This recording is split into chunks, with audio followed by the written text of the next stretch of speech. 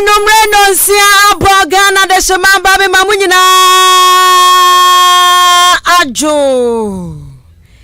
Emma mwakwa bade Ahenkan 93.3 FM so braso so memu nsam wa mensaka na numre mi sini se koso na medebe so mwodwetemu ade makasiebo yi ni nyina da frapuo ye mantam no emu achem abuabo baby ya mitie ayakua frakuma studios akua frakuma batampa ni studio na metia me baba twene srani abasa ediama one enumre Ghana de shemamba ena yakwasia danti ene yakwa Pentecost akwa Church of Christ akwa Truth Faith yakwa ha ya befie yakwa ye nyina befie na busuansa no de wobetie bi awa bra wakwa we ya bati fie ne se Mami ya boni din se wombra mbehwe na ombeda atentrene ano wakasa ediafa LGBTQ0-5 fo ne ho baby a wogina poten wodi munchiremu aba sanso ena wowura bi a eba na okrom ha no mo eba no sikase won kasa papa owura mpiani mu so se so ya MPP ni na mu moto no wonte ase a sifrim na wo mo moto na se entna so sanso ena ensemfufuro mu aso no asukunfo bi abamade akwa jeje bosia wo mu ntua ntiase ade omudi eba abonten sanso ena ensemfufuro mu ano abusia mi hu ye nka obi hu na nka yase obakọ no ni yase obi contribute aka nipa no abakwasam a ohem kakra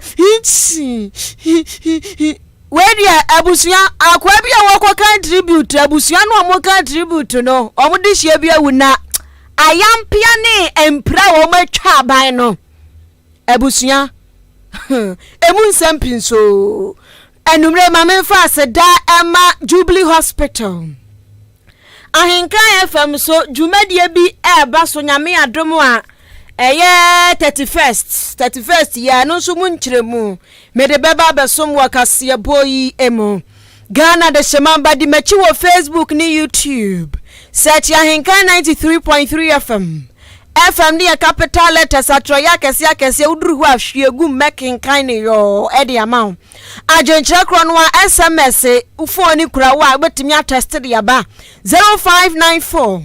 841044059484104 mi ameje bradwetemu ayi ne twe kokre ede ama wo mi din Efia amprofowa afe Ghana de shemamba ma yenshen semno asese Mami ayaboni din His Excellency na nado danko akufado achima PSA ne boni din se ya papa eye kane justice enini yabu a wode ni dwumadi akwawie yenti waboni din se wono so mra na enkototo na no wabra hyebedwa fie se ne be ya sa dibre na adampan no webetimi ahwe etoatoa sa space ne mframa na egiregiram nyina na agya wahwe ma tentre ne nsem afa ne ntuba papa afra ewekrom ha Mame Gertrude Araba Esaba Tokonu Mame Tokonu edi atudwa ya wo kire mu se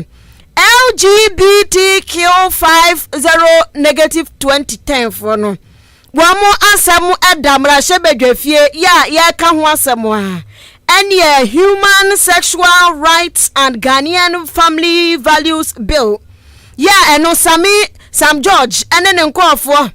ena atintim sa bill we ede eko na wachire baby a wogina pote na nyina kanfo no okoi so wakwa ne yakototo na no agya ene we kan we ato no wachirekirem kama eno mo ne ebusa asa maame Tokonu LGBT na hefa pa na wugina wo ba behwe matentrene akonanimu o enti ebusa sabe ona wo parliament do eba wo be yeden ena waka asem no sanse be fa munyina muso ansa ne agiatum enu mo ma me di tudwa ya wo kirem so no kura wasega na fo nyina ne committee fo no wa muti adwaso nyina se LGBTQ5 fo no Tafribomski ani trumutu fo no ema no omso de omompe dompe enam nim rekane se enam adompe nim omso omompe na gaga tuga kwa no omso ompe enu ntino wo mo ye obaro be ware ba bema nso ono so se ono so ba ware de na ta so bare wenyi na da ani ehwe he ani hwe de ehwe obu okura wose me ye ba na me kasa te se bema ntino monna ne me na menya ka ne se bema obu oso me ye ba me kasa te se we me ye bema me kasa te se oba chese ahometo ene omu nyina ka abomu LGBT hwan no ene wo so sa asam no pa dia se wo so wo yi ano a obeyi ano se wono no ayamrani mu ni ena sa di bra no so ya de manu a eye atentre ne ho asam ena wo kwakoka na nukura wamu afi asam we hu ne se so wono no wonya dru koto dam ho ape na dwi nyina da ne emra nko a adwiri nyina zesa eda ne emra article 20 article 50 article 15 cross 1 eno nko a no dia wote no yes my lord yes order in court eno nko a no wote ho no wonte kabo kabe awrade se sakra wadwen da bi wowura court ho no mo awrade se ene yesu wi ana yesu sun ho no embi nya adwuma woni tirim wonya awura court a eyamranko asem ene wo hwe ade ya adwuma eno nti se wo so wo yi ano de ano wo ka se LGBT ne se ewo mramu ne wo se ya paase a obehwe ma ya paase se ni mramu nso a obehwe am ya yi afrim kura enti won konko ka se o Kristo ni ti LGBT no se ebia mra kwa so na ya papa kura no se ye Kristo ni ti me bedane abutu wo se da bi wonya na adwuma sa wonya awura koto adwene nyina asesa eye emranko a wo wie ne ya busanze maame asem no hyedan yano genjeni enti ase no ede ba asem na minka bie mesi mi wura koto da mu a adwene nyina asesa na wo se wono de wo wagidie ewo nyankopɔ mu pa oye Kristo ni na ni Kristo mu nso gidie no ewo no ensheki ehihim na so ba na dwuma de a nyame anim no kra ne obronsamati ko ye na dwuma pepepepepepe wano wo se wo ka ama nkofo no amubusa ne kosen no wono adwen mu ani wo mususu ye mu atene wo mo fine wo kasi so se court no wawura eno ano no ene emra ko ano obafie a afei ena kabe ni bebem ene obafie na asem ni na mo kan eno de obetimi de Kristosum awurawuram na ono so akire ne gidie e wa asem ni mo na wonya wura court dam de a ugidie ne san mi wo gidie enka ho. When I walk into court, all my thoughts are soaked in the law. In the context of law is textual, and our duty is to interpret, construe it, apply it. I said earlier that when I'm in court, I have my legal head on. When I'm at home, I have my faith head on. But I never lose my Christianity in both arenas. Se wa mesho matantrene nsam emfa ne ntoma papa efra na vetin no asensem bisa yebusa no en wo kyerɛkyerɛ ni nsem wo no maame Gertrude Araba Esaba Tokonu eti maame Tokonu ena yatene nkare yemfiri maame Tokonu hɔ na afa yentinsim ewa ha se yetiasim a wawura baako a ye ka MPP fo na se mpanifo awodro a wonom hyehyehye sa aban we atisu mu papa we owo mu yie pa o MPP ni pipo pa wajijiji post awodro as say de waya mre wago ene eba ni sikasam so de a wakwadiri mu papa owura kwa mpiani mu de atodwa ya wo bo kwakwa we wo so wo tufo pa na nse so be so radio be so TV na kwabrane ne kwon tintin ase ya bo na bebia nkwan kasasa chokrodo na Russia Ukraine ena nanado dia wayade ena wose da bi sansem we nyina nyame anim no Ukraine ya wote ya wosre kwa ebru ni furu so ezane se ensem ni buo mo enhye dan to aso mu se communicator pa PP communicator no wasi wo no wo ke cancer propaganda tinaze na ni na kata wa se safo ni nyina da wo tuo mo fuso mo nsan nwini biem esanse eni PP amanyokuo no wo mo ne ye wo made yo eye soronkokora echen amanyokuo afofora aka wase wo ba eni PP amanyokuo ni mu a wono mo asempa edom so mo didi djuma eno na kwasi broni friend slogan anase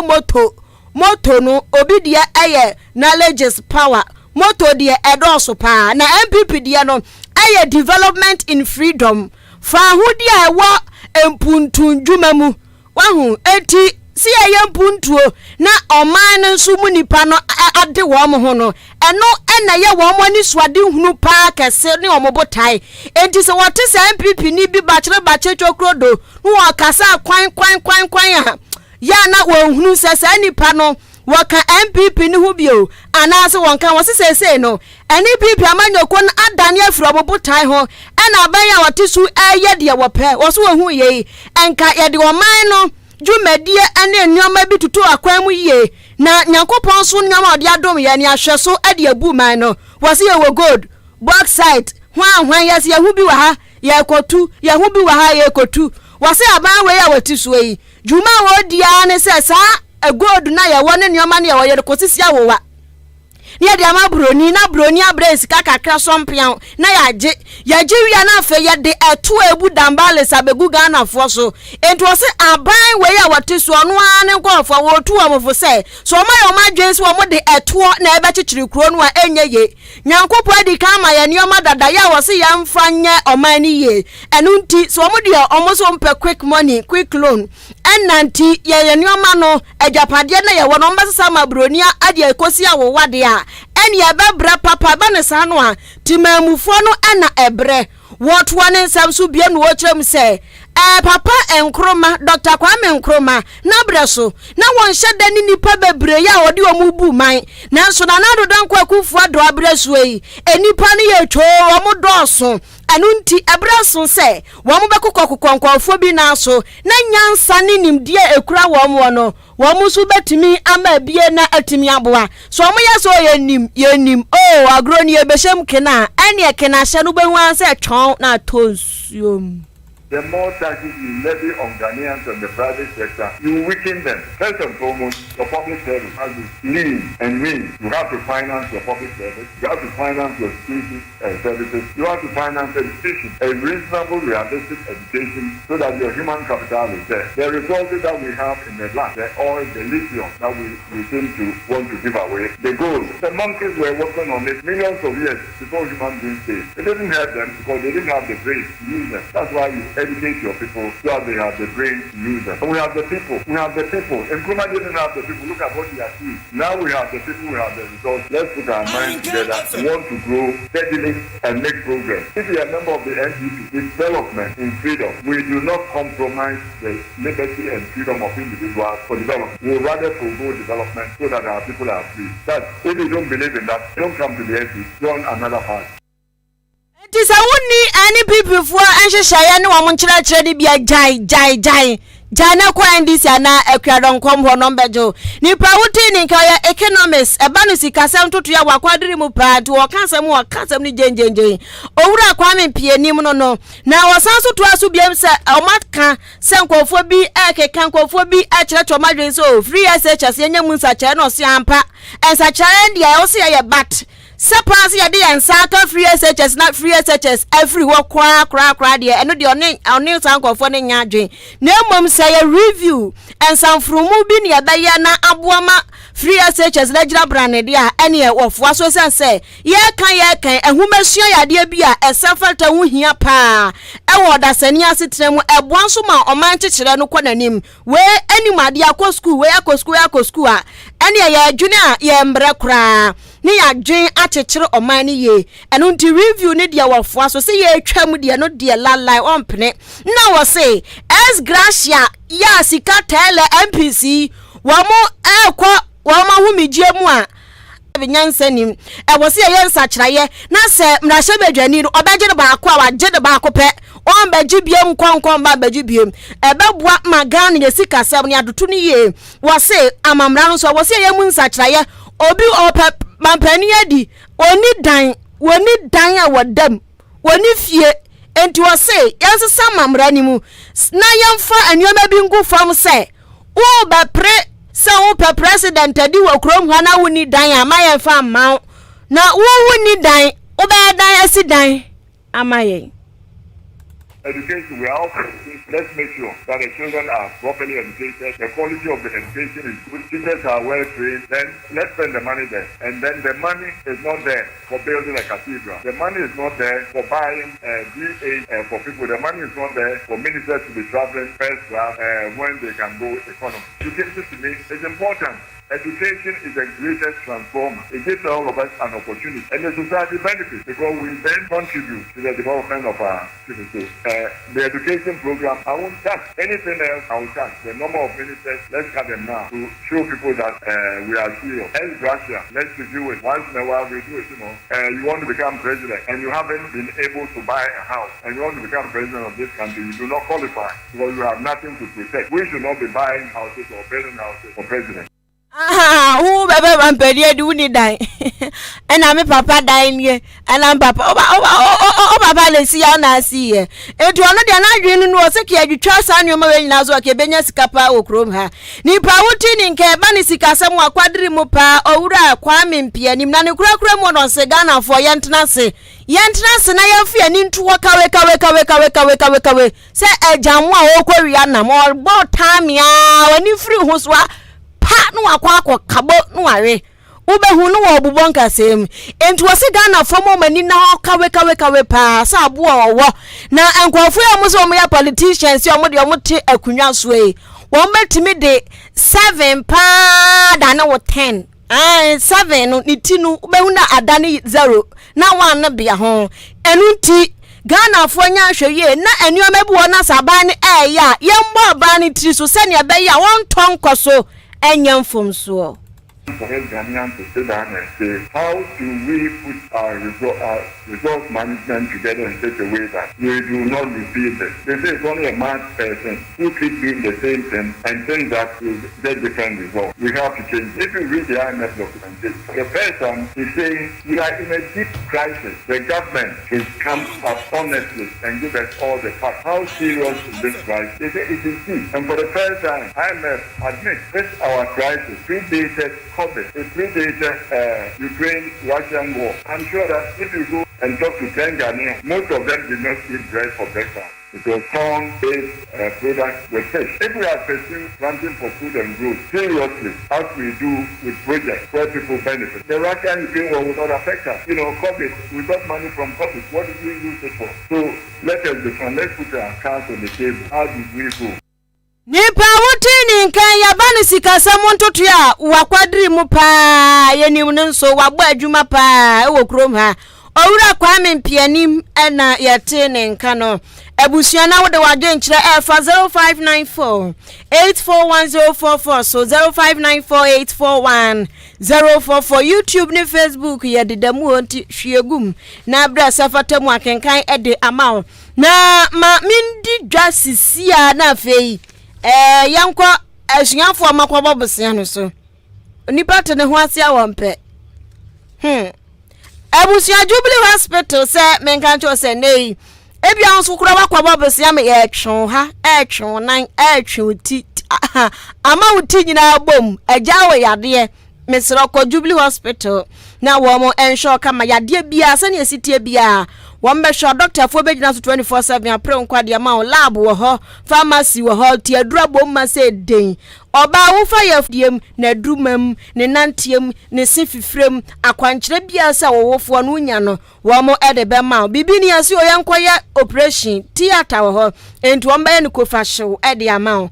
na afa so counseling unit wo ho ma ka choze ho no yenka waresem wo ho eya pomuden ho asem bibi atete wo papa pamopamo ya efa apomuden sam ho akọ counseling unit ya ewo Jubilee Hospital na wo montie wasem omutia monton emo bia confidential wani ya we ya eye clinic ewo ho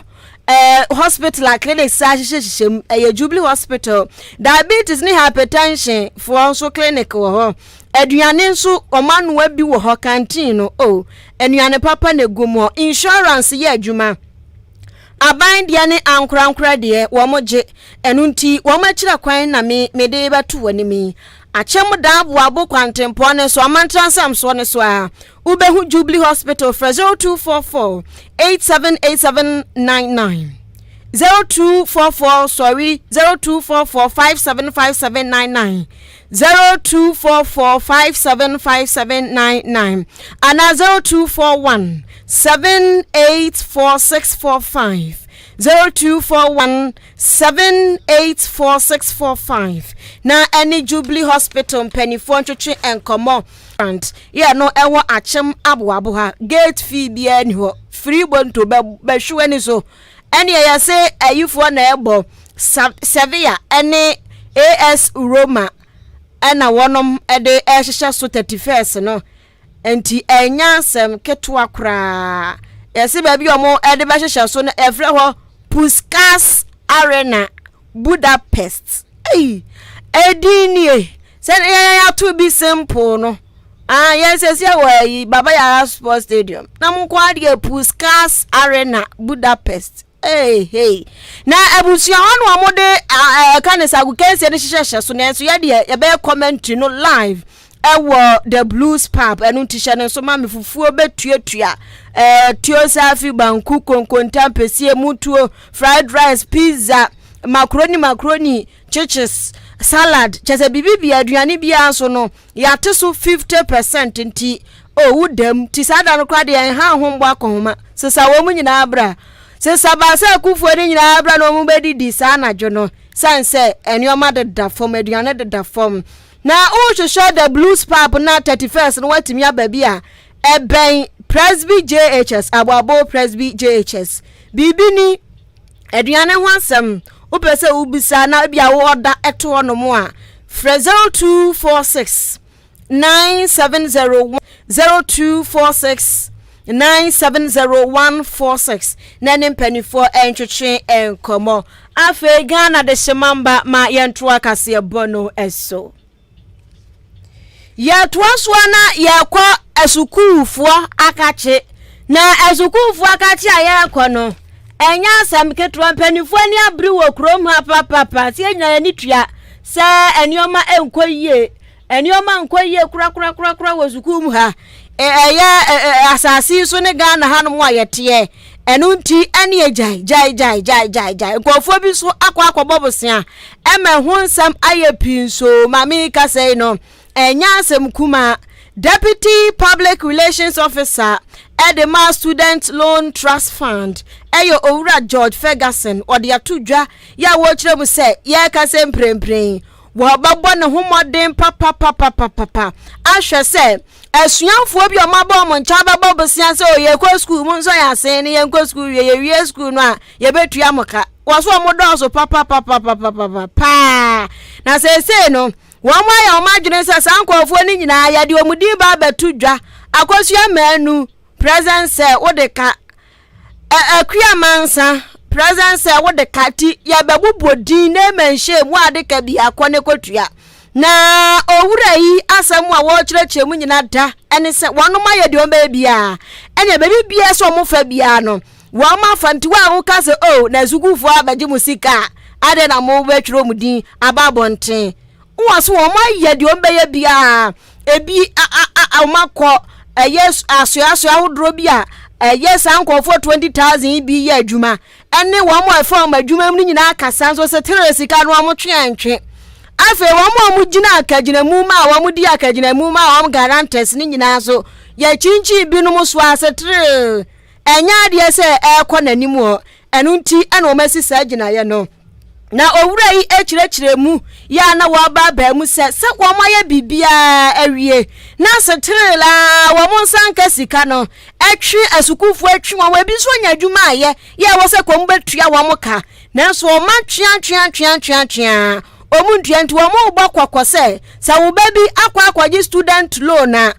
kachira no wo nkwonkwotua na saade ya mu behu omudi e won krata wodromu ene daily guide na bobai ne picture ne nanim ne din nyina bo so wo maame na ya garanta unsu wudi ka ho bi enti asem a wo ka ne se empanifo nhwe na wo mu enkotua jenkwa yanim ewo Kasiebo no emwe yakwa yanim a abusua awrahusem bi esi ewo epo bosomenu emuo ne da na toso miensa na ne nyina ne se assistant inspector bi a odi ne nkui ewo immigration service no emu oye immigration officer Owura Philip Mote papa ye boni tuo pipe ewo Boko Upper East region na ni ase wo tu kwan anya nipa ba konso no modoso ena wo mo ekwa baabi omu hunya ne se etuo ya sane tu agu wo mo so a pipe a chese ye ku wo mo ya no wo mo ko misiga ho na wo mo ekọ eni o mo tika mu o na ka no se ne ya target se wanso ni mbokofo ntokwa ne se o magya mpo so mo gusu o eni ye sane tuo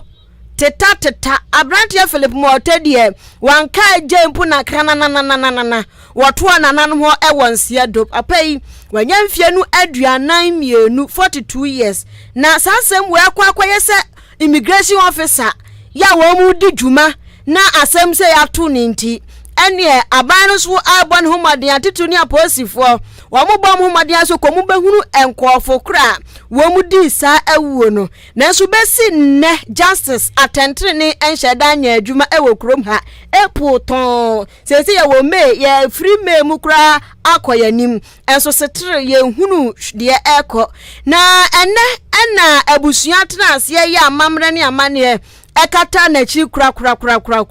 eti ene na ya ka ne se ye na se no enipa mienu anu omoka Abrantie hu a omo de omanwu no omote eye na se bi na abra abusua eka Abrantie hu abakwasem eka ne hu abakwasem ewo Good Church Evangelical Church ye no ewo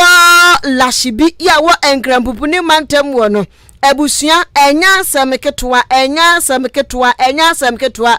Abrantie na wato no ni nua bema ono nso di edesefas Mote Abrantie kwaji speaker ensem bubu akutia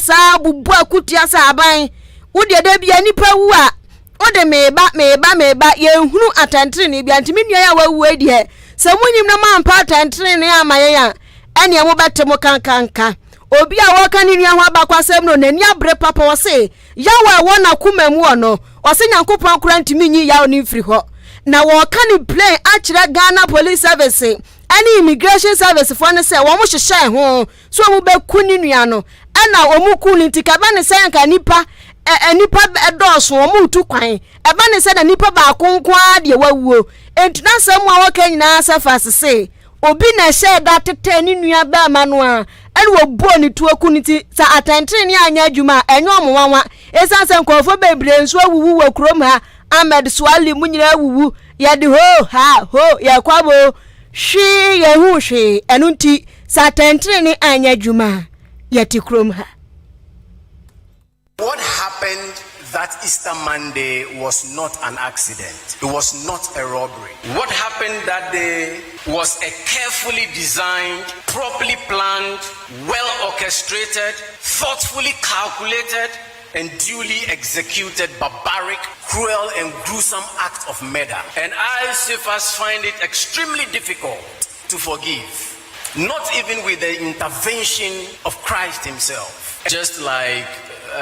the journalist Ahmed Swale's investigations, just like my late Professor Bene, the law professor's investigations, the MP JB Dankwa's investigations. What have come out of them? I do not see any justice for my brother. We the siblings do not believe that anything will come out of this. It's going to be one pomp and pageantry of a ceremonial something. That is what we believe. Ebusiani pawutini ka immigration officer owu ya ewa boko ni mpatemu ni nua ba ma iye na se tribute awa kwa kano ebusia utumi se ya wo na kumamu papa ni nua ba ma Cephas Mote enono na enu achese na Abrantie ne de yawo kasa ye no utumi se owu na hawo mo pa nam so emma Kasa Mafo Edema Ghana Immigration Service Chief Superintendent Michael Mwakwata enso editu dwase asam na Abrantie na ka no aka akire na dwen nanso no e wose omugya bibia Edema Ghana Police Service essence wa mo pede betimi edi ehwehwemu fi fita sengra aba na so mo peprom ho kase na se hwehwemu ne ba na yehwehwemu wie ne ese ade no kra se ni se na tia na fe kra no onso a wo ya abusuani no anase abusuano kra na manimu ya akotwa eba ne sa emwa nti o se o ka kire abusuane se eden de na nso omu hwe omu ko mu den hwe omu ho den na Ghana Police Service fo enya hwehwemu omudi hwehwemu ne ba bontia na fe de wo ho no wonom atoaso. The combined team of police, national security, immigration, investigative teams are on the field trying to unravel the whole mystery surrounding the unfortunate incident of the shooting of the 3 officers, which led to the demise of our officer. And you know the way it happened, definitely it will take time for the facts to be made available, and especially when there are no immediate eyewitnesses who say that maybe I saw A or I saw B. So the team is working, talking to people and all that. So let's give them time, and I believe when they are done, they will have something tangible to come up with, which will lead to the possible arrest of those behind the shooting incident. Nipa wutini kai aya penia wano ana akasa Edema Ghana Immigration Service Chief Superintendent Michael Amwakon Ata Ebusia aha eni ade Kasiebo no esie na ma yamfa manfa dwenkyere 12 bi emra fabra mami hwe 12 mami kwa SMS enwiansa SMS we de ne de aba waso ode yeboa Samuel KKB kokoben en wode aba Ahenkan news edidem pa e fantastic enti epoe mantem do se o ye de ni size Kasiebo ne edidem pa Facebook no en wo ya awamasem enti mami hwe se metimi akan bia na fe ya so